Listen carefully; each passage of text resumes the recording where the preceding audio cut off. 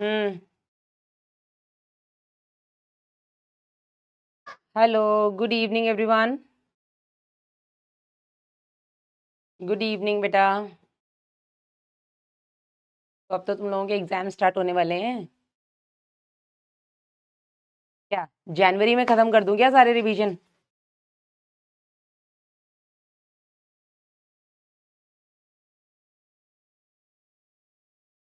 आज ये लेक्चर होने के बाद 3 और रिवीजन बचेंगे ना, केमिकल कोऑर्डिनेशन, एनिमल किंगडम और बायोमोलिक्यूल्स। तो जनवरी में ही खत्म कर दूं क्या तीनों, क्योंकि फरवरी में तो फिर आप लोगों का वो बोर्ड्स वगैरह स्टार्ट हो जाएंगे, है ना।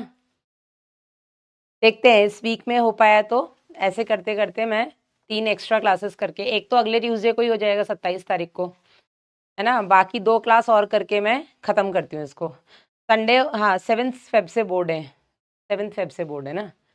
किसी के शायद 3 फेब से भी है। स्टेट बोर्ड्स की तो डेट अलग अलग होती है ना, आई गेस। हाँ जी, किसी कोई लिख रहा था कि मैम 3 फेब से वो बोर्ड है।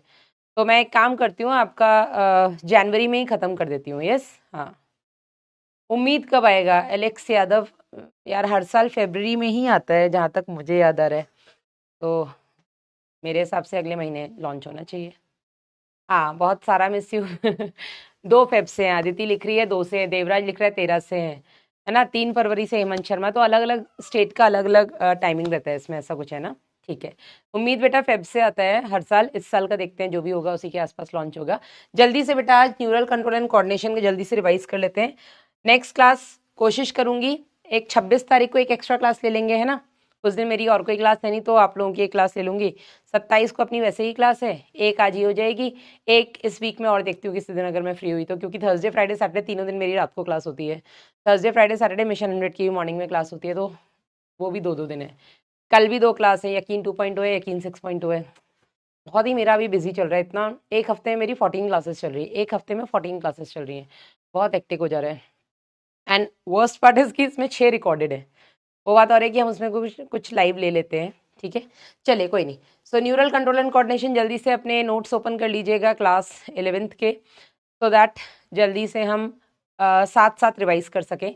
तो सबसे पहले कंट्रोल और कोऑर्डिनेशन होता है क्या है बेटा? कंट्रोल जिसमें नियंत्रण रखता है आपका, या रेगुलेट करता है जो आपके बॉडी के फंक्शंस को, वो बेटा हो गया आपका कंट्रोल।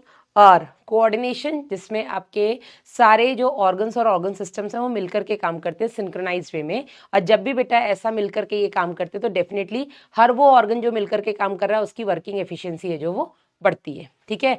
और कंट्रोल और कोऑर्डिनेशन में एक तरीके से आपके नर्वस और एंडोक्राइन सिस्टम मिलकर के पार्टिसिपेट करते हैं। एक्चुअल में आपका नर्वस सिस्टम तो आपके एंडोक्राइन सिस्टम को कोऑर्डिनेट करता है, लेकिन एंडोक्राइन सिस्टम आपके, या नर्वस सिस्टम आपके एंडोक्राइन सिस्टम की एक्टिविटी को कंट्रोल करता है, लेकिन एंडोक्राइन सिस्टम नर्वस सिस्टम की एक्टिविटी को कंट्रोल नहीं कर सकता। ठीक है। तो हमने यहाँ पर लिखा था कि कोऑर्डिनेशन आपका ये दोनों मिलकर के करते हैं, कंट्रोल केवल तंत्रिका ही करता है। लेकिन यहाँ पर बेटा आप तंत्रिका के साथ साथ आप यहाँ पर लिख सकते हैं कि यहाँ पर भी आपका कंट्रोल में भी आपके अंतःस्रावी तंत्र यानी कि एंडोक्राइन सिस्टम का रोल होता है। और जो इम्पोर्टेंट है बेटा वो ये कि जो आपका नर्वस सिस्टम होता है वो आपके एंडोक्राइन सिस्टम को कंट्रोल कर सकता है। ठीक है। नर्वस सिस्टम जो होता है बेटा ये आपके एंडोक्राइन सिस्टम की एक्टिविटी को कंट्रोल कर सकता है, लेकिन एंडोक्राइन सिस्टम जो होता है ये नर्वस सिस्टम की एक्टिविटी को कंट्रोल नहीं करता है। ठीक है। तो नर्वस सिस्टम एंडोक्राइन सिस्टम की एक्टिविटी को कंट्रोल करता है, लेकिन एंडोक्राइन नर्वस सिस्टम की एक्टिविटी को कंट्रोल नहीं करता है। फिर हमने देखा था बेटा आपके नर्वस और एंडोक्राइन सिस्टम में क्या क्या डिफरेंसेस होते हैं। तो नर्वस सिस्टम में जो भी आपका कंट्रोल कोऑर्डिनेशन का काम होता है वो न्यूरॉन्स के द्वारा होता है, जबकि एंडोक्राइन सिस्टम में कुछ केमिकल्स इन्वॉल्व होते हैं जिनको हम हार्मोन्स कहते हैं। जो नर्वस सिस्टम में आपका कंट्रोल और कोऑर्डिनेशन का काम होता है वो बेटा point two point connection of neurons की वजह से होता है, जिसकी वजह से ये बहुत जल्दी कोई भी एक्शन या रिस्पॉन्स दे पाते हैं। एंडोक्राइन सिस्टम को बेटा असर करने में टाइम लगता है, और एक बार बेटा इसका जो भी असर रहता है वो, या जो भी इसका मतलब एक्टिविटी रहती है वो बेटा, उसका असर आपको लंबे समय तक दिखने को मिलता है। ठीक है। बस ये हो गया। इसके अलावा बेटा आपका न्यूरॉन जो कि आपके नर्वस सिस्टम की सबसे छोटी इकाई बनाता है, या सबसे बेसिक इकाई बनाता है। वॉइस स्लो है बेटा, बाकियों को भी लग रहा है क्या? न्यूरॉन के बारे में हमने देखा था, न्यूरॉन जो कि आपके नर्वस टिश्यू का स्ट्रक्चरल और फंक्शनल यूनिट बनाता है, संरचनात्मक और कार्यात्मक इकाई बनाता है। और ये जो बेटा आपका न्यूरॉन है, इसका जो ओरिजिन होता है ये आपके एक्टोडर्म से होता है। आपके नर्वस टिश्यू में केवल माइक्रोग्लियल सेल्स ऐसे सेल्स होते हैं जो कि एक्टोडर्म से ओरिजिनेट नहीं हुए हैं, ये बेटा आपके मीजोडर्म से ओरिजिनेट होते हैं। फंक्शन क्या होता है आपके न्यूरॉन्स का, ये आपकी बॉडी में किसी भी एक्सटर्नल स्टिमुलस, उद्दीपन के विरोध में प्रतिक्रिया दर्शाते हैं, ठीक है, रिस्पॉन्ड करते हैं। और रिस्पॉन्ड करने के साथ साथ बेटा ये एक इलेक्ट्रिकल मैसेज जनरेट करते हैं, जनरेट करने के साथ साथ उसको आगे भेजते हैं, एक न्यूरॉन से दूसरे न्यूरॉन में भी उसका संचरण या ट्रांसमिशन करते हैं, ठीक है। बात करें नर्वस टिश्यू की, तो नर्वस टिश्यू में बेटा आपके न्यूरॉन के अलावा कुछ सपोर्टिंग सेल्स हैं जिनको हम न्यूरोग्लियल सेल्स बोलते हैं। इनमें बेटा जो न्यूरॉन होते हैं ये आपके एक्साइटेटरी सेल्स होते हैं। एक्साइटेटरी सेल्स मतलब जो कि किसी भी स्टिमुलस के अगेंस्ट रिस्पॉन्ड करना जानते हैं। लेकिन जो आपके ग्लायल सेल्स होते हैं ये बेटा एक्साइटेटरी नहीं है, ठीक है, इनमें उद्दीपन के विपरीत प्रतिक्रिया देने की क्षमता नहीं होती है, ठीक है। इनमें बेटा जो आपके न्यूरोग्लियल सेल्स होते हैं टोटल नर्वस टिश्यू का 50% से ज़्यादा भाग बनाते हैं। और ये शायद मैं आप लोगों को ऑलरेडी पढ़ा चुकी हूँ, हाँ या नहीं। स्ट्रक्चरल ऑर्गेनाइजेशन हमने न्यूरॉन वगैरह के टाइप्स वगैरह सब डिस्कस कर लिए थे, हाँ या नहीं, किए थे कि नहीं किए थे। ये भी मैंने बताया था कि जो न्यूरॉन्स होते हैं बेटा इनमें डिवीजन नहीं होता है at the time of birth, जितने रहते हैं लाइफ लॉन्ग या तो उतने रहेंगे उससे कम हो जाएंगे। उसका रीजन ये होता है कि इनमें सेंट्रियोल नाम का जो कोशिकांग होता है वो नहीं होता है, सेंट्रियोल नहीं होने की वजह से डिवीजन नहीं कर पाते। फिर हमने देखा था न्यूरोग्लियल सेल्स जो होते हैं आपके, या न्यूरॉन की स्ट्रक्चर देख लें तो न्यूरॉन में एक सेल बॉडी होती है, सेल बॉडी से कुछ बेटा एक्सटेंशंस निकलते हैं, जो छोटे और ब्रांच एक्सटेंशंस होते हैं उनको हम ध्रुमाक्ष या डेंड्राइट्स कहते हैं, जो कि मैसेज को रिसीव करके सेल बॉडी की तरफ भेजते हैं। सेल बॉडी से मैसेज को दूर ले जाने का काम बेटा आपके एक्सॉन करते हैं। एक्सॉन या तो नहीं होगा या सिंगल होगा, डेंड्राइट्स या तो नहीं होंगे, सिंगल भी हो सकते हैं, डबल भी हो सकते हैं, बहुत सारे हो सकते हैं, ठीक है। फिर जो तंत्रिकाक्ष यानी कि एक्सॉन है वो मैसेज को एक न्यूरॉन से या तो दूसरे न्यूरॉन तक ले जाएगा, दो न्यूरॉन के बीच की संधि को सिनेप्स कहते हैं, या बेटा वो दूसरे मसल के पास ले जाएगा और न्यूरॉन और मसल के बीच की संधि को हम न्यूरोमस्कुलर जंक्शन कहते हैं। देखो मैंने करवा दिया, लेकिन कोई अपनी तरफ से बोलेगा नहीं, है ना, ठीक है। सहायक कोशिकाएं देख लेते हैं। ऑलिगोडेंड्रोसाइट्स होती हैं आपकी, एस्ट्रोसाइट्स होते हैं, श्वान सेल्स होते हैं, माइक्रोग्लियल सेल्स होते हैं और एपेंडाइमल सेल्स होते हैं। जो आपके एस्ट्रोसाइट्स होते हैं ये बेटा स्टार शेप्ड सेल्स होते हैं, इनका काम होता है इंजुरी वगैरह अगर कुछ हो जा रही है न्यूरॉन में तो उसको ये रिपेयरिंग में हेल्प करते हैं, ठीक है। साथ ही साथ बेटा जो एस्ट्रोसाइट्स होते हैं ये ब्लड ब्रेन बैरियर का काम करते हैं, ब्लड से कौन सी चीज ब्रेन में आनी है, ब्रेन से कौन सी चीज बाहर जानी है उसको रेगुलेट करते हैं। जो आपके श्वान सेल्स और ऑलिगोडेंड्रोसाइट्स हैं ये दोनों मिलकर के बेटा माइलिन आच्छाद का निर्माण करते हैं। श्वान सेल्स परिधीय तंत्रिका तंत्र में और ऑलिगोडेंड्रोसाइट्स आपके केंद्रीय तंत्रिका तंत्र में माइलिन आच्छाद का निर्माण करते हैं। माइक्रोग्लियल सेल्स की अगर हम बात करें बेटा तो ये आपके ब्रेन के मैक्रोफेजेस हैं, ब्रेन के अंदर कोई भी अगर फॉरेन पार्टिकल आए तुरंत उसको खा के खत्म कर देते हैं। एपेंडाइमल सेल्स आपके सीएसएफ के निर्माण में मदद करते हैं। न्यूरॉन्स कितने टाइप के होते हैं बेटा, तो न्यूरॉन्स का हमने दो तरीके से क्लासिफिकेशन किया है। पहला क्लासिफिकेशन हमने किया उनमें ध्रुवों की संख्या के आधार पर, based on the number of poles. तो ध्रुवों की संख्या के आधार पर आपके अध्रुवीय, कूट एक ध्रुवीय, एक ध्रुवीय, द्विध्रुवीय और बहुध्रुवीय न्यूरॉन्स है। यहाँ से बेटा आपके नीट में क्वेश्चन आ चुका है, देखो मैंने लिखा भी, नीट 2022 में क्वेश्चन आए हुए हैं। जो आपके एपोलर न्यूरॉन्स होते हैं जिनमें ना तो एक्सॉन होता है ना ही इनमें डेंड्राइट होता है, ये बेटा आपको हाइड्रा में देखने को मिलते हैं, ठीक है। जो आपके स्यूडो यूनिपोलर न्यूरॉन्स होते हैं जिनमें कुछ तो निकला है लेकिन वो एक्सॉन है या डेंड्राइट है पता नहीं है एग्जैक्टली, तो ये बेटा आपको dorsal root ganglion of spinal cord में देखने को मिलते हैं। यूनिपोलर न्यूरॉन्स जिसमें केवल एक एक्सॉन होता है ये बेटा आपको एम्ब्रियोनिक लाइफ में देखने को मिलते हैं, और यही यूनिपोलर न्यूरॉन्स बाद में बाइपोलर और मल्टीपोलर न्यूरॉन्स बना लेते हैं। बाइपोलर न्यूरॉन्स जिसमें एक एक्सॉन एक डेंड्राइट होता है, ये आपके जो भी संवेदी अंग है, सेंसरी ऑर्गन्स है, जैसे कि आपका रेटिना ऑफ आई, उसमें देखने को मिलेंगे। मल्टीपोलर न्यूरॉन्स आपकी बॉडी में सबसे ज्यादा होते हैं, सेरिब्रल कॉर्टेक्स में देखने को मिलते हैं, एक एक्सॉन और कई सारे इसमें डेंड्राइट्स होते हैं। बात करें बेटा आपके माइलिन आच्छाद के आधार पर, तो आपके एक्सॉन पर माइलिन शीथ प्रेजेंट है या नहीं प्रेजेंट है उसके बेसिस पे आपके न्यूरॉन्स माइलिनेटेड और नॉन माइलिनेटेड या अनमाइलिनेटेड न्यूरॉन्स होते हैं। माइलिनेटेड न्यूरॉन्स जिसके बेटा तंत्रिकाक्ष पर माइलिन आच्छाद श्वान कोशिकाएं बनाती हैं, ये बेटा माइलिन आच्छाद क्योंकि वसा व्युत्पन्न है, फैट डेरिवेटिव होती है, तो ये bad conductor of heat and electricity है, जिसकी वजह से जहां जहां माइलिन आच्छाद नहीं होता है जिसको हम नोड ऑफ रैनवियर कहते हैं, यहाँ पर बेटा जो आपका आवेग होता है वो नोड ऑफ रैनवियर से नोड ऑफ रैनवियर में जंप करता हुआ जाता है। इस तरीके के कंडक्शन को हम जंपिंग या सॉल्टेटरी कंडक्शन कहते हैं। यहाँ पर बेटा तीव्र गति से मैसेज का संचरण होता है और इस तरीके के न्यूरॉन्स आपको सेंट्रल नर्वस सिस्टम में देखने को मिलते हैं, ठीक है। ये मैंने लिखा है, नहीं लिखा है, लिखा है बेटा, ये आपको सेंट्रल नर्वस सिस्टम में देखने को मिलेंगे। जबकि नॉन माइलिनेटेड न्यूरॉन्स में बेटा जो भी आपका एक्सॉन है, इस पे श्वान सेल्स तो देखने को मिलेंगे, लेकिन ये श्वान सेल्स माइलिन आच्छाद का निर्माण नहीं करते। तो यहाँ पर धीरे धीरे गति से, यहाँ पे नोड्स ऑफ रेनवियर भी नहीं है, यहाँ पे धीमी गति से संचरण होता है। ये बेटा आपको परिधीय तंत्रिका तंत्र में देखने को मिलते हैं। आगे बात करें बेटा, माइलिन आच्छाद के बारे में आपको बता चुकी हूँ, तंत्रिका आवेग की उत्पत्ति और संचरण। इसके लिए पहले आपको ये समझना पड़ेगा कि जो आपका तंत्रिकाक्ष है ये बिल्कुल विश्राम अवस्था में पड़ा है।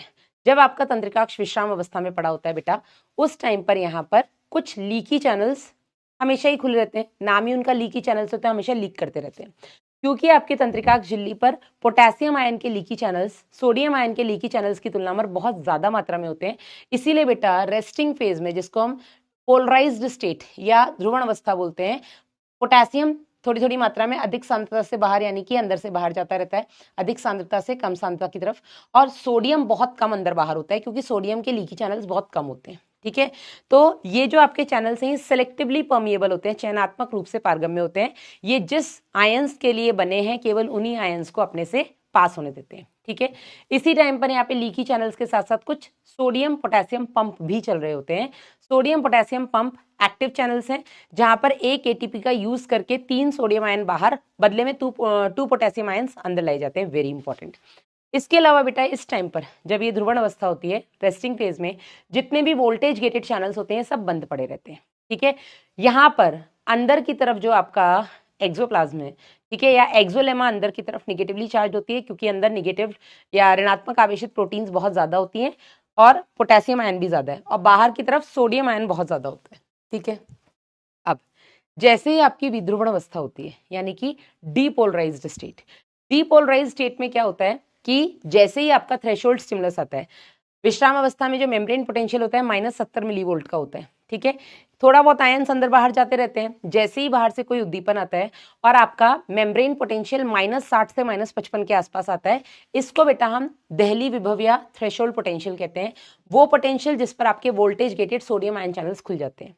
जैसे ही बेटा voltage gated sodium ion channels खुलते हैं, तुरंत जो सोडियम आयन है वो अपनी अधिक सांद्रता यानी कि बाहर से अंदर की तरफ मूव करते हैं। तो जब बेटा ये आपके सोडियम आयन चैनल्स बाहर से अंदर की तरफ मूव करते हैं, इसी को बेटा हम क्या बोलते हैं, आपकी विध्रुवण अवस्था। और जैसे ही सोडियम आयन अंदर की तरफ मूव करते हैं बेटा, इसको हम क्या बोलते हैं, ये विश्राम अवस्था हो गई ना। जैसे ही सोडियम आयन अंदर की तरफ मूव करते हैं, इसको बेटा हम बोलते हैं कि क्रिया विभव उत्पन्न हो गया, क्योंकि उस पर्टिकुलर एरिया में अंदर पॉजिटिव बाहर नेगेटिव हो गया। और क्रिया विभव उत्पन्न होते ही मतलब एक इलेक्ट्रिकल मैसेज बन गया, जिसको हम बोलते हैं आवेग की उत्पत्ति हो गई। और जैसे ही सोडियम आयन अंदर आते हैं, हालांकि voltage gated sodium ion channels मात्र 0.5 मिली सेकेंड्स के लिए खुले रहते हैं, लेकिन उतनी देर में इतना ज्यादा सोडियम आयन अंदर आ जाता है कि अंदर का मेम्ब्रेन पोटेंशियल +40 तक पहुंच जाता है। और जब अंदर का मेम्ब्रेन पोटेंशियल +30 +40 के आसपास पहुंच जाता है, उस टाइम पर बेटा आपके voltage gated potassium ion channels open होते हैं, और जो आपकी विध्रुवण अवस्था होती है इस टाइम पर आपके सोडियम पोटेशियम पंप जो होते हैं वो बंद हो जाते हैं। लीकी चैनल्स तो हमेशा ही खुले रहेंगे, बस आपके विध्रुवण अवस्था में voltage gated sodium ion channels खुलते हैं, जिसकी वजह से सोडियम आयन बहुत ज्यादा मात्रा में बाहर से अंदर आ जाते हैं। और जैसे ही बेटा सोडियम आयन अंदर आता है, तो अंदर की तरफ जो आपका एक्सोलेमा है वो पॉजिटिवली चार्ज और बाहर निगेटिवली चार्ज हो जाता है, और इसी को हम क्रिया विभव या आवेग की उत्पत्ति बोलते हैं, जनरेशन ऑफ एक्शन पोटेंशियल बोलते हैं। इसके बाद क्या होता है बेटा, जैसे ही अंदर का मेम्ब्रेन पोटेंशियल आपका +30 +40 मिलीवोल्ट पे पहुंचता है, आपके voltage gated potassium ion channels open हो जाते हैं। Voltage gated potassium ion channels के ओपन होते ही पोटेशियम आयन अंदर से बाहर जाने लग जाता है, अपनी अधिक सांद्रता से कम सांद्रता की तरफ। वापस से आपके सोडियम पोटेशियम पंप जो है वो ओपन हो जाते हैं। ठीक है, सोडियम पोटेशियम पंप क्या करते हैं, एक एटीपी का यूज करके 3 सोडियम आयन बाहर भेजते हैं, बदले में 2 पोटेशियम आयन अंदर लाते हैं, और वापस से बेटा आपकी जो एक्सोलेमा है वो अंदर की तरफ निगेटिव, बाहर की तरफ पॉजिटिव हो जाती है। लेकिन क्योंकि आपके voltage gated potassium ion channels थोड़े लंबे समय के लिए खुले रहते हैं, voltage gated sodium ion channels मात्र 0.5 मिली सेकेंड्स के लिए खुले हैं, जबकि voltage gated potassium ion channels 1.5 मिली सेकेंड्स के लिए खुलते हैं, और इतनी देर में बेटा बहुत ज्यादा मात्रा में पोटेशियम आयन अंदर से बाहर चला जाता है। तो अंदर की तरफ जो -70 मिलीवोल्ट रेस्टिंग पोटेंशियल होना चाहिए था बेटा, वो पुनः ध्रुवण अवस्था में बहुत ज्यादा देर तक पोटेशियम आयन चैनल्स खुले होने की वजह से, बहुत ज्यादा मात्रा में पोटेशियम आयन बाहर निकलने की वजह से अंदर की तरफ का मेम्ब्रेन पोटेंशियल -90 मिलीवोल्ट तक पहुंच जाता है। और इस -90 मिलीवोल्ट को हम हाइपर पोलराइज्ड या अति ध्रुवीय अवस्था या अति ध्रुवण अवस्था बोलते हैं। ठीक है, इस अति ध्रुवण अवस्था को वापस से नॉर्मल बेटा आपका सोडियम पोटेशियम पंप करता है, और इसके बाद बेटा वापस से आपकी रेस्टिंग फेज या ध्रुवण अवस्था आ जाती है। इसी चीज को मैंने आपको ग्राफ की हेल्प से समझाया था कि -70 मिलीवोल्ट जो कि आरएमपी विश्राम कला विभव या विराम कला विभव या रेस्टिंग मेम्ब्रेन पोटेंशियल है, -60 -55 तक जैसे ही एक्शन पोटेंशियल जाता है, इसको हम थ्रेशोल्ड पोटेंशियल कहते हैं, जिसपे आपके voltage gated sodium ion channels खुल जाते हैं और विध्रुवण अवस्था आ जाती है, सोडियम आयन अंदर आता है, क्रिया विभव उत्पन्न हो जाता है। जैसे ही बेटा ये +30 +40 मिलीवोल्ट तक जाता है बेटा सॉरी, इस वोल्टेज पर आपके voltage gated potassium ion channels open हो जाते हैं, जिसकी वजह से पोटेशियम अंदर से बाहर तीव्र गति से जाता है और आपका वापस से अंदर की तरफ माइनस में हो जाता है, आपका पोटेंशियल माइनस में आ जाता है। लेकिन क्योंकि पोटेशियम आयन चैनल्स लंबी देर के लिए खुले हैं तो ये -90 मिलीवोल्ट तक टच कर जाता है और इसको हम हाइपर पोलराइज्ड या अति ध्रुवण अवस्था बोलते हैं, जिसको नॉर्मलाइज या रेस्टिंग फेज में लाने के लिए आपके सोडियम पोटेशियम पंप काम करते हैं। ठीक है, फिर ये तो हो गया बेटा एक्शन पोटेंशियल का जनरेट होना। अब एक्शन मैंने आपको बताया था घूम फिर के क्वेश्चन आपके यही आते हैं। ठीक है, कि आपका विश्राम अवस्था में तंत्रिकाक झिल्ली अंदर ऋणात्मक बाहर धनात्मक होती है। विश्राम अवस्था में जो आपकी तंत्रिकाक झिल्ली है ये पोटेशियम आयन के लिए पारगम्य होती है ज्यादा मात्रा में। Sodium ion, negatively charge protein, इन सब के लिए लगभग अपारगम्य होती है। ये जो आपके आयन चैनल्स होते हैं बेटा ये सेलेक्टिवली परमिएबल या चयनात्मक रूप से परमिएबल होते हैं। ध्रुवण अवस्था बनाए रखने में आपके लीकी चैनल से सोडियम पोटेशियम पंप की इंपॉर्टेंट भूमिका होती है। फिर आपके सोडियम पोटेशियम पंप का क्या मतलब होता है, 1 एटीपी का इस्तेमाल करके 3 सोडियम आयन बाहर भेजना, बदले में 2 पोटेशियम आयन अंदर लाना। क्रिया विभव उत्पन्न होना हम कब बोलते हैं, जब आपका voltage gated sodium ion channels open होते हैं, जिसकी वजह से एकदम तीव्र गति से सोडियम बाहर से अंदर की तरफ आता है। इसी को बेटा हम क्रिया विभव का उत्पन्न होना बोलते हैं।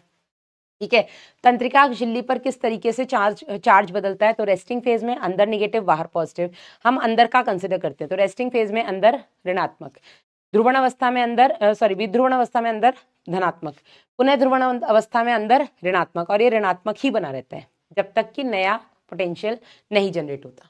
ठीक है, फिर बेटा आप तंत्रिका आवेग का संचरण कैसे होता है, तो तंत्रिका आवेग का संचरण मैंने आपको वो नहीं बताया है क्या, हाँ ये बताया तो है। तंत्रिका आवेग का संचरण तंत्रिकाक झिल्ली में किस तरीके से होता है बेटा, तो जैसे ही क्रिया विभव उत्पन्न होता है तो अंदर की तरफ पॉजिटिव चार्ज हो जाता है। ये पॉजिटिव चार्ज बेटा, करंट हमेशा पॉजिटिव से नेगेटिव की तरफ जाता है। Direction of flow of current is always opposite to the direction of flow of electron. Electron negative से पॉजिटिव जाता है और करंट उसके बिल्कुल विपरीत पॉजिटिव से नेगेटिव जाता है। तो आपका करंट बेटा ए साइड से बी साइड पे चला जाएगा, तो ए साइड आपकी पुनः ध्रुवण अवस्था में आ जाएगी, बी साइड आपका विध्रुवण हो जाएगा। फिर बी साइड से प्लस से नेगेटिव की तरफ चला जाएगा तो बी साइड आपकी पुनः ध्रुवण अवस्था में आ जाएगी, सी साइड आपकी विध्रुवण हो जाएगी और ए साइड आपकी ध्रुवण अवस्था में आ जाएगी। तो पहले नेगेटिव फिर पॉजिटिव फिर नेगेटिव, है ना। तो पहले ध्रुवण अवस्था रेस्टिंग फेज, ठीक है, फिर विध्रुवण अवस्था एक्शन पोटेंशियल जनरेट होना, जिसको हम डीपोलराइजेशन स्टेट बोलते हैं, और उसके बाद वापस से ध्रुवण अवस्था जिसको हम पुनः ध्रुवण बोलते हैं, जिसमें आपके पोटेशियम आयन चैनल्स ओपन होते हैं। ठीक है, तो यही मैंने आपको बता दिया किस तरीके से आवेग बदलता है। बात करें बेटा संचरण, एक न्यूरॉन से दूसरे न्यूरॉन में मैसेज किस तरीके से जाता है, तो एक न्यूरॉन से दूसरे न्यूरॉन में मैसेज बेटा आपके न्यूरोट्रांसमीटर्स की या सिनैप्स पे जाता है, सिनैप्स से जाता है। सिनैप्स आपके क्या होते हैं, दो न्यूरॉन के बीच की संधि को हम सिनैप्स कहते हैं। अब सिनैप्स बेटा नीट का फॉर्म इस बार कब भरा जाएगा, अंशु फरवरी एंड या मार्च में आएगा। ओके, सिनैप्स आपकी बॉडी में दो तरीके के होते हैं, एक होते हैं इलेक्ट्रिकल वैद्युतीय सिनैप्स, दूसरे होते हैं केमिकल रासायनिक सिनैप्स। इलेक्ट्रिकल सिनैप्स और रासायनिक सिनैप्स में क्या फर्क होता है बेटा, जो आपके इलेक्ट्रिकल सिनैप्स होते हैं यहाँ पर आपके दो अग्र और पश्च सिनैप्टिक झिल्ली के बीच की दूरी ना के बराबर होती है। ठीक है, बहुत छोटी होती है। ठीक है, यहाँ पर सिनैप्टिक दरार आप बोल सकते हैं कि होती नहीं है, या होती है तो बहुत छोटी होती है। वहीं आपके केमिकल सिनैप्स में सिनैप्टिक दरार काफी बड़ी होती है। ठीक है, जो आपके इलेक्ट्रिकल सिनैप्स होते हैं इसमें बेटा जैसे मैसेज पूरे तंत्रिकाक झिल्ली पर आ रहा था वैसे ही कूद के आगे पहुंच जाएगा। ठीक है, तो यहाँ पर डिले होने का चांस ही नहीं बनता है। केमिकल सिनैप्स में बेटा कुछ केमिकल्स की हेल्प से हम एक न्यूरॉन से दूसरे न्यूरॉन तक मैसेज भेजते हैं, जिनको हम न्यूरोट्रांसमीटर्स कहते हैं। और न्यूरोट्रांसमीटर्स बेटा धीमी गति से जाते हैं अगर हम बात करें वैद्युतीय सिनैप्स की तुलना में, और यहाँ पर देरी भी देखी जा सकती है। हमारी बॉडी में ज्यादातर बेटा आपके केमिकल सिनैप्स पाए जाते हैं, इलेक्ट्रिकल सिनैप्स हमारी बॉडी में बहुत ही रेयर है। ठीक है, होता क्या है बेटा, जैसे ही आपका मैसेज इस अग्र सिनैप्टिक झिल्ली तक आता है बेटा, अग्र सिनैप्टिक झिल्ली पर वोल्टेज गेटेड, मैम इससे नोट्स बनाए या मिशन 100 से, यहां से ही बना लो बेटा, मिशन 100 से क्यों बनाने हैं। ठीक है, जैसे ही आपका इलेक्ट्रिकल मैसेज या आवेग जो होता है वो अग्र सिनेप्टिक झिल्ली पर आता है, तो यहाँ पर बेटा आपके voltage gated calcium ion channels खुल जाते हैं। जैसे ही कैल्शियम आयन चैनल्स खुलते हैं, कैल्शियम बाहर से अंदर की तरफ गति करता है। कैल्शियम बाहर से अंदर की तरफ गति करता है तो ये जो छोटी छोटी सिनेप्टिक पुट्टिकाएं होती हैं, इनको बेटा ये धक्का देता है आपकी अग्र सिनेप्टिक झिल्ली की तरफ। जैसे ही ये पुट्टिकाएं अग्र सिनेप्टिक झिल्ली से मिलती हैं, ये फट जाती हैं, तो इनके अंदर उपस्थित जो न्यूरोट्रांसमीटर्स है बेटा वो दरार में फैल जाते हैं, और वो दरार से बेटा पश्च सिनेप्टिक झिल्ली पर उपस्थित अपने विशिष्ट ग्राही से जुड़ जाएंगे। अपने विशिष्ट ग्राही से जुड़ने के बाद जो भी उन्हें काम करना है वो करेंगे। ठीक है, अब न्यूरोट्रांसमीटर किस टाइप का है इस पर डिपेंड करता है कि क्या काम करने वाला है वो पोस्ट सिनेप्टिक मेम्ब्रेन पर। अगर बेटा ये आपका एक्साइटेटरी या उद्दीपन वाला न्यूरोट्रांसमीटर है तो बेटा वो पश्च सिनेप्टिक झिल्ली पर जाकर voltage gated sodium ion channel open करेगा। सोडियम आयन चैनल ओपन करेगा, सोडियम बाहर से अंदर आएगा, क्रिया विभव उत्पन्न हो जाएगा आपकी पश्च सिनेप्टिक झिल्ली पर। क्रिया विभव उत्पन्न होगा तो आगे भी जाएगा करंट की तरह। ठीक है, लेकिन अगर बेटा ये आपका अवरोधक या इनिबिटरी टाइप का न्यूरोट्रांसमीटर है तो इनिबिटरी न्यूरोट्रांसमीटर आपकी पोस्ट सिनेप्टिक मेम्ब्रेन पर जाकर के voltage gated potassium ion channels open करेगा। Voltage gated potassium ion channels अगर रेस्टिंग मेम्ब्रेन पर खुल रहे हैं तो पोलराइज्ड स्टेट को वो हाइपर पोलराइज कर देंगे, क्योंकि पोटेशियम आयन अंदर से बाहर आएगा। तो हाइपर पोलराइज को वापस से विश्राम अवस्था में लाने के लिए सोडियम पोटेशियम पंप चलेंगे। यहां पर कोई भी क्रिया विभव उत्पन्न नहीं होगा अगर ये आपका अवरोधक प्रकार का न्यूरोट्रांसमीटर है तो। ओके, अब न्यूरोट्रांसमीटर्स के मैंने आपको एग्जाम्पल्स भी बताए थे। उद्दीपक में बेटा आ जाता है आपका नाइट्रिक ऑक्साइड हो गया, ठीक है, ग्लूटामेट हो गया, आपका एस्पार्टेट हो गया। इनिबिटरी में अगर हम बात करें तो आपका गाबा हो गया, और एसिटाइल कोलिन हो गया, नॉरएपिनेफ्रिन हो गया। ये बेटा आपके मिक्स टाइप के ये हो गए आपके मिक्स टाइप के न्यूरोट्रांसमीटर्स। ठीक है, अब हम बात करें हमारे तंत्रिका तंत्र की, तो तंत्रिका तंत्र बेटा सिलेंट्रेटा से देखने को मिला है। पॉरीफेरा में न्यूरॉन नाम का कोई संरचना है ही नहीं। सिलेंट्रेटा से बेटा आपको ये न्यूरॉन्स वगैरह देखने को मिले हैं एपोलर टाइप के। ठीक है, तो लोअर इन्वर्टिब्रेट्स में अगर हम बात करें जैसे कि हाइड्रा में, तो इनमें केवल इन कोशिकाओं के जाल से ही इनका तंत्रिका तंत्र बना है। लेकिन अगर हम उसके आगे बात करें आपके इंसेक्ट्स में, तो इंसेक्ट्स में बेटा गुच्छिकाएं, गैंग्लियंस वगैरह प्रेजेंट है, जो हमने कॉकरोच में भी देखा था। ठीक है, और अगर हम बात करें हमारे अंदर वर्टिब्रेट्स में, तो हमारे अंदर बेटा काफी विकसित तंत्रिका तंत्र प्रेजेंट है। ह्यूमन नर्वस सिस्टम की अगर हम बात करें तो ह्यूमन नर्वस सिस्टम में आपका एक आ गया केंद्रीय तंत्रिका तंत्र, जिसको हम बोलते हैं सेंट्रल नर्वस सिस्टम, और दूसरा आ गया बेटा आपका परिधीय peripheral nervous system. Central nervous system में ब्रेन और स्पाइनल कॉर्ड आता है, आपको केवल ब्रेन पढ़ना है। पेरिफेरल नर्वस सिस्टम में आपका सोमैटिक कायिक तंत्रिका तंत्र, आपका ऑटोनॉमिक स्वायत्त तंत्रिका तंत्र, और बीच में एक अंतरंग या विसरल तंत्रिका तंत्र भी सम्मिलित है। जो आपका सोमैटिक नर्वस सिस्टम होता है बेटा, इसका काम होता है मैसेज को आपके सेंट्रल नर्वस सिस्टम से आपकी जो ऐच्छिक पेशियां हैं उन तक लाना और ले जाना। ठीक है, और ऐच्छिक पेशियां कौन सी होती है बेटा, आपकी स्केलेटल मसल्स। ठीक है, तो आपके सेंट्रल नर्वस सिस्टम से स्केलेटल मसल्स तक ले जाना और स्केलेटल मसल से वापस सेंट्रल नर्वस सिस्टम तक मैसेज लाना, ये काम बेटा आपका सोमैटिक नर्वस सिस्टम करता है। बात करें ऑटोनॉमिक नर्वस सिस्टम की, तो आपके सेंट्रल नर्वस सिस्टम से जो अनैच्छिक पेशियां हैं, जो आपकी इच्छा अनुसार काम नहीं करती, जिसमें बेटा आपकी हार्ट मसल्स और आपकी स्मूथ मसल्स ये आ जाती हैं बेटा, ये आपके ऑटोनॉमिक नर्वस सिस्टम में। ठीक है, ये आपके इनवॉलेंट्री मसल्स तक मैसेज को लाने ले जाने का काम करता है सेंट्रल नर्वस सिस्टम से, और ये भी दो तरीका होता है, अनुकंपी परानुकंपी, यानी कि आपका सिंपैथेटिक और पैरासिम्पैथेटिक, जिसमें सिंपैथेटिक आपका इमरजेंसी में और पैरासिम्पैथेटिक अभी नॉर्मल कंडीशन में काम कर रहा है। विसरल नर्वस सिस्टम के अंदर वो सारी नर्व्स आ जाती हैं जो बॉडी के अलग अलग पार्ट्स को कवर करती हैं। इसी के अंदर आपकी क्रेनियल नर्व्स आ जाती हैं, इसी के अंदर आपकी स्पाइनल नर्व्स आ जाती हैं, इसी में आपकी एफरेंट और इफरेंट नर्व्स आ जाती हैं। एफरेंट जिनको हम अभिवाही कहते हैं या संवेदी भी कह सकते हैं, सेंसरी, ये आपके सेंसरी ऑर्गन से मैसेज को सेंट्रल नर्वस सिस्टम तक लेकर जाती हैं।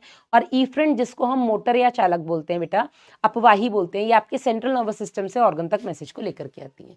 ठीक है, ये हमने बता ही दिया था, ये आउट ऑफ एनसीईआरटी था, तब भी बताया था ये। ठीक है, बात करें सेंट्रल नर्वस सिस्टम की, जिसमें आपको केवल और केवल ब्रेन पढ़ना है, तो ब्रेन के भी बेटा अलग अलग पार्ट्स होते हैं। उससे पहले हम ये देख लेते हैं कि जो हमारा ब्रेन होता है बहुत ही सॉफ्ट ऑर्गन है, और इस ब्रेन को प्रोटेक्ट करने का काम आपका क्रेनियम यानी कि कपाल करता है।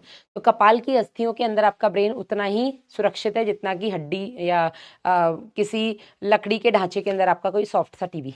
ठीक है ना, तो आपके क्रेनियम जो बोन्स हैं और आपका जो ब्रेन है इसके बीच में प्रोटेक्शन के लिए बेटा कुछ मेनिंजेस पाए जाते हैं जिनको हम कवरिंग्स कहते हैं। ये मेनिंजेस हमारे ब्रेन के केस में 3 होती हैं। आपकी सबसे बाहर होती है ड्यूरामेटा, बाहर से अंदर डैप, अंदर से बाहर पैड। सबसे बाहर होती है ड्यूरामेटा, उसके अंदर होती है अरेक्नोइड मेटा और सबसे अंदर होती है आपकी पायामेटा जो कि आपके ब्रेन के सरफेस से जुड़ी हुई होती है। ठीक है, एरेक्नोइड मेटा पायामेटर के बीच में एक स्पेस होता है जिसको हम सब एरेक्नोइड स्पेस कहते हैं। एरेक्नोइड के नीचे है इसलिए सब एरेक्नोइड स्पेस, और इसमें बेटा आपका एक सीएसएफ घूम रहा होता है। सीएसएफ सेरिब्रो स्पाइनल फ्लूइड एक द्रव्य है बेटा जो आपके सेरिब्रम और स्पाइनल कॉर्ड के चारों तरफ घूमता है, और इस सीएसएफ के बहुत सारे काम होते हैं। ये आपके ब्रेन को कुशनिंग इफेक्ट देता है, बाहर के झटके नहीं लगने देता। ठीक है, ये आपके ब्रेन को बॉयंसी प्रोवाइड करता है जिससे कि हमें इसका 1.5 किलो का भार नहीं समझ में आता है। ये आपके ब्रेन तक जो भी जरूरी न्यूट्रिएंट्स हैं उनको लेकर के जाता है और जो भी वेस्ट है उसको निकालता है। ठीक है, ये आपके सीएसएफ के फंक्शंस हो गए। फिर हम बात करें बेटा आपके ब्रेन के क्या क्या पार्ट्स होते हैं। Fore brain, mid brain, hind brain, 3 आपके ब्रेन के पार्ट होते हैं, अग्र मस्तिष्क, मध्य मस्तिष्क और पश्चिम मस्तिष्क। जिसमें बेटा अगर हम बात करें फोर ब्रेन की, तो फोर ब्रेन में भी सबसे पहले एक जोड़ी, ठीक है, सेरिब्रल हेमिस्फीयर्स, राइट और लेफ्ट, प्रमस्तिष्क, अर्धगोलार्ध। प्रमस्तिष्क बेटा आपके ब्रेन का सबसे बड़ा भाग है। इसके अलावा बेटा इसमें एक डायंसेफ्लन आ जाता है। मिड ब्रेन में अगर हम बात करें तो कॉर्पोरा क्वाड्रिजेमिना और क्रूरा सेरेब्राई आते हैं। एनसीईआरटी ने केवल कॉर्पोरा क्वाड्रिजेमिना की बात की है। और हाइंड ब्रेन में बेटा 3 स्ट्रक्चर्स आते हैं, आपका अनुमस्तिष्क, सेरिबेलम, प्रमस्तिष्क, सेरिब्रम आपके ब्रेन का सबसे बड़ा भाग है, और सेरिबेलम आपके ब्रेन का सेकंड लार्जेस्ट पार्ट है। दूसरा बेटा इसमें पॉन्स और मेडुला ऑब्लोंगेटा भी आ जाते हैं। अब बात करें बेटा आपके सेरिब्रम की, तो सेरिब्रम को एक लंबे से लॉन्गिट्यूडनल फिशर ने 2 हेमिस्फीयर्स में बांटा हुआ है। ये दोनों सेरिब्रल हेमिस्फीयर्स आपस में एक तंत्रिका तंतुओं के बैंड से जुड़ा हुआ होता है, और इस बैंड को बेटा हम कॉर्पस कैलोसम कहते हैं। ठीक है, जो आपका सेरिब्रम है इसका जो बाहरी भाग है इसको हम कॉर्टेक्स कहते हैं, अंदर वाला मेडुला होता है।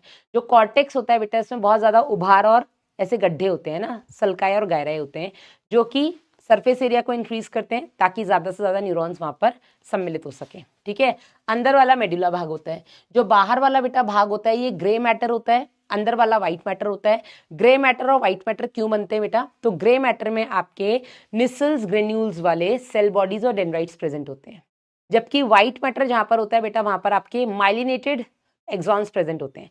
माइलिनेटेड एक्सॉन है तो वहां पे माइलिन शीथ है। माइलिन शीथ क्या है बेटा, वसा व्युत्पन्न है। तो जहां जहां वसा व्युत्पन्न माइलिन शीथ वाला आपका एक्सॉन होगा वहां वहां पर बेटा व्हाइट मैटर होगा।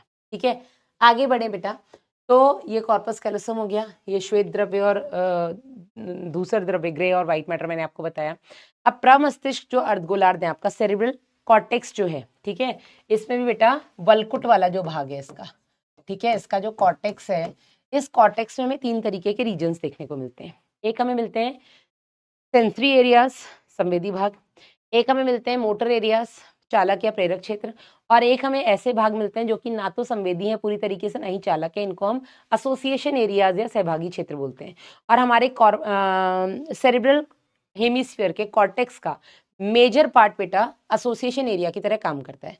संवेदी जो भाग है उसका काम क्या होता है, आपके सेंसरी ऑर्गन से जो मैसेज आते हैं वो आपके इसी सेंसरी एरिया में जाते हैं। जो चालक है बेटा यहाँ से ये जो भी न्यूरॉन्स है वो आपके सेंसरी ऑर्गन तक मैसेज को लेकर के जाते हैं। लेकिन जो आपके सहभागी क्षेत्र है ये आपके सेंसरी और मोटर के बीच में एक एसोसिएशन बनाते हैं।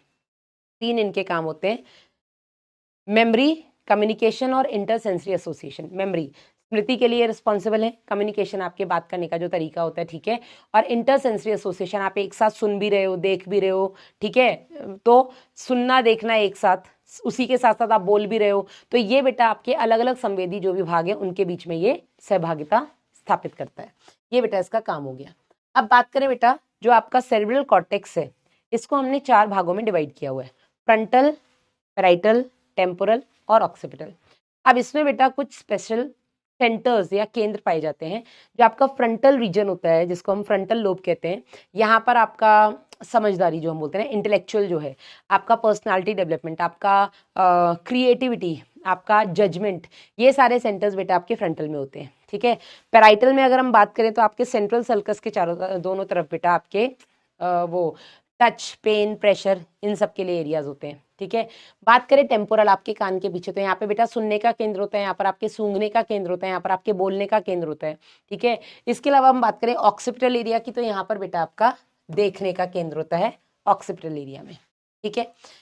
और हम बात करें बेटा आपका डायनसिफिलिन क्या है, डायनसिफिलिन का भी एक पार्ट है थैलेमस। थैलेमस की छत को हम एपिथैलेमस और थैलेमस की रूफ को इसके फ्लोर को हम हाइपोथैलेमस कहते हैं। अब थैलेमस की जो छत है जिसको हम एपिथैलेमस कहते हैं, इसका कुछ खास रोल है नहीं। यहाँ पे पीनियल ग्लैंड है तो उससे एसोसिएटेड थोड़ा बहुत ये हो सकता है। एपिथैलेमस का कोई खास फंक्शन हमें पता नहीं है। थैलेमस जो होता है बेटा ये एक तरीके का रिले सेंटर है। रिले सेंटर मतलब जो भी आपके नर्व सेंसरी एरियाज तक जा रहे हैं या जो भी मोटर न्यूरॉन्स आपके ब्रेन से निकल के ऑर्गन्स तक जा रहे हैं, सारे ही न्यूरॉन्स इसी थैलेमस से होते हुए जाते हैं, इसलिए हम इसको रिले सेंटर कहते हैं।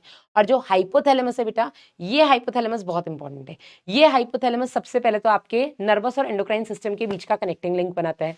ये हाइपोथैलेमस में कई सारे आपके इंपॉर्टेंट सेंटर्स जैसे कि भूख का सेंटर, प्यास का सेंटर, आपका तृप्ति सेटाइटी सेंटर जिसको हम बोलते हैं ना, आत्मा तृप्त जिसको हम बोलते हैं, तो आपका हंगर सेंटर, थर्स्ट सेंटर प्यास का, और आपका सेटाइटी सेंटर तृप्ति का, ये सारे बेटा आपके हाइपोथैलेमस में होते हैं। और यही हाइपोथैलेमस आपके लिम्बिक सिस्टम के साथ मिलकर के आपका इमोशनल ब्रेन बनाते हैं। तो जो हम बोलते हैं ना, कुछ लोग बहुत ज्यादा इमोशनल होते हैं, स्पेशली लड़कियां होती हैं, शो भी करती हैं, लड़के होते हैं तो भी शो नहीं करते हैं जनरली, ठीक है। तो जो ज्यादा इमोशनल होते हैं बेटा, मतलब उनका लिम्बिक सिस्टम बहुत ज्यादा डेवलप्ड है, और लिम्बिक सिस्टम हाइपोथैलेमस के साथ मिलकर के आपका इमोशनल ब्रेन बनाता है, ठीक है।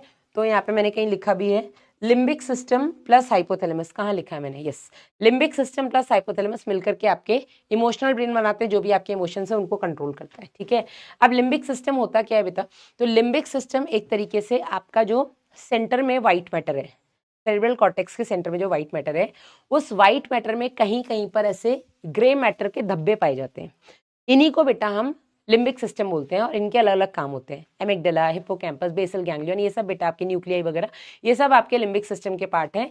और ये आपके शॉर्ट टर्म को लॉन्ग टर्म में कन्वर्ट करना, गुस्सा उस्सा, इन सब के लिए बेटा रिस्पॉन्सिबल होते हैं। ये हाइपोथैलेमस के साथ मिलकर के आपका इमोशन कंट्रोल करते हैं, तो इसलिए हम इनको इमोशनल ब्रेन कह देते हैं। बात करें बेटा नेक्स्ट आपके मिड ब्रेन की, तो मिड ब्रेन के दो पार्ट हैं आपका, कॉर्पोरा क्वाड्रिजेमिना और क्रूरा सेरिब्राई। क्रूरा सेरिब्राई को आप छोड़ सकते हैं, आप कॉर्पोरा क्वाड्रिजेमिना की बात करें। क्वाड का मतलब होता है बेटा 4, तो यहाँ पर बेटा 4 लोब्स पाए जाते हैं जो कि पीछे की तरफ, मिड ब्रेन के पीछे की तरफ बेटा सिचुएटेड होते हैं। इसमें जो ऊपरी 2 लोब्स होते हैं इनको हम ऑप्टिक लोब्स कहते हैं, और निचले जो 2 लोब्स होते हैं इनको हम ऑडिटरी लोब्स बोलते हैं। ऊपर वाले लोब्स बेटा आपको देखने में मदद करते हैं, देखने विजन से रिलेटेड है, और निचले वाले दोनों सेंटर आपके सुनने से रिलेटेड है, ठीक है। फिर आता है बेटा आपका हाइंड ब्रेन। हाइंड ब्रेन के भी 3 पार्ट है आपका। पहला हो गया अनुमस्तिष्क जिसको हम बोलते हैं सेरिबेलम। सेरिबेलम जो कि आपका सेकंड लार्जेस्ट पार्ट है बेटा। सेरिबेलम का काम होता है, इसके 2 काम है। सबसे पहले तो ये आपकी बॉडी में पोस्चर बैलेंसिंग में हेल्प करता है, ठीक है।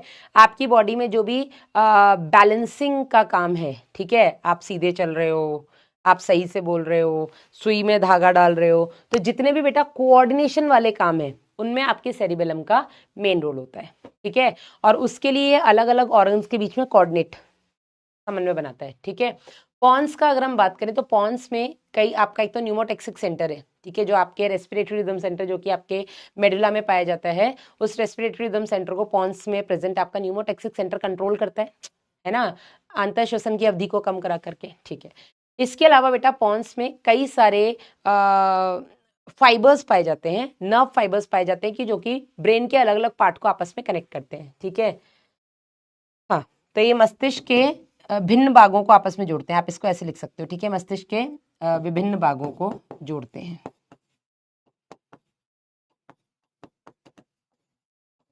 ठीक है। तो इसके अंदर फाइबर्स पाए जाते हैं जो कि आपके ब्रेन के अलग अलग पार्ट्स को आपस में जोड़ने का काम करते हैं।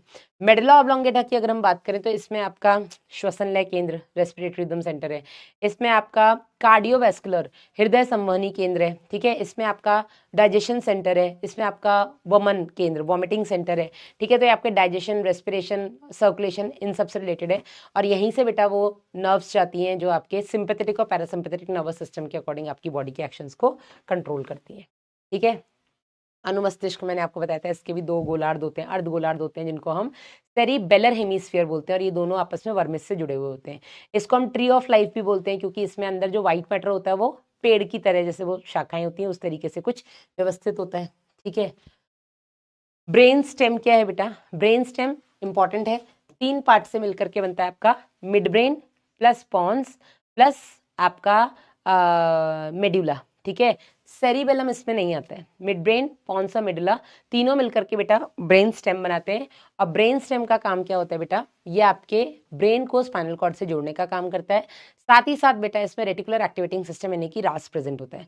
और रास एक तरीके से आपका स्विच है, जब तक ये ऑन है नींद नहीं आएगी, ऑफ है तुरंत नींद आएगी, ठीक है। So this is it. Ventricles of brain मैंने आपको एडिशनल बताया था, क्योंकि एनसीईआरटी में ये दिया था कि जो मध्य मस्तिष्क है, इस मध्य मस्तिष्क से बेटा आपका सेरिब्रल एक्विडक्ट निकलता है, जिससे कि सीएसएफ होकर के जा रहा है, ठीक है। तो वेंट्रिकल्स होते क्या, आपके ब्रेन के अंदर कुछ गुहाएं हैं जिनसे सीएसएफ फ्लो करता है, ठीक है। और मिड ब्रेन से बेटा ये जो सीएसएफ जा रहा है इसको हम सेरिब्रल एक्विडक्ट या इटर या एक्विडक्ट ऑफ सिल्वियस भी कह देते हैं, ठीक है। This is it. ये था बेटा आपका कंप्लीट रिवीजन। लगाओ सारी डीपीपी। अब मुझे पता है अभी तो तुम्हारे पास टाइम है नहीं, जब बोर्ड्स हो जाए बेटा उसके बाद लगा लेना, पर लगा जरूर लेना, ठीक है। सिलेक्शन अगर चाहिए इसी साल तो। छोटा सा चैप्टर था मैम, आप रिकॉर्डेड दे देना। दिव्या रिकॉर्डिंग तो नहीं हो पाएगी भाई, रिकॉर्डिंग करने में तो मुझे बहुत ही मौत आती है। मुझसे तुम लाइव दिन में 4 दिलवा दो। आज मेरी 3, ये मेरी तीसरी लाइव है सुबह से। कल भी 3 क्लास थी, कल 2 ही क्लास है, परसों भी 2 हैं, फ्राइडे भी 2 हैं, सैटरडे भी 2 हैं। अब पूरे हफ्ते 2 हैं। मंडे ट्यूसडे 3 हो जाती हैं। मंडे भी 2 ही होती हैं, इस बार एक्स्ट्रा थी, पर अगले हफ्ते भी एक्स्ट्रा रहेगी क्योंकि मुझे अर्जुना 2.0 अब खत्म करना है। तो अगले वेडनेसडे तक अब मेरी 3 4 भी क्लासेस हो सकती हैं। तो 4 होंगी वेडनेसडे को, हाँ मतलब 3 से 4 क्लासेस चलेंगी अगले वेडनेसडे तक। उसी के साथ मैं कोशिश करूंगी कि अगले वेडनेसडे तक आपका और अर्जुना 2.0 दोनों खत्म हो जाए।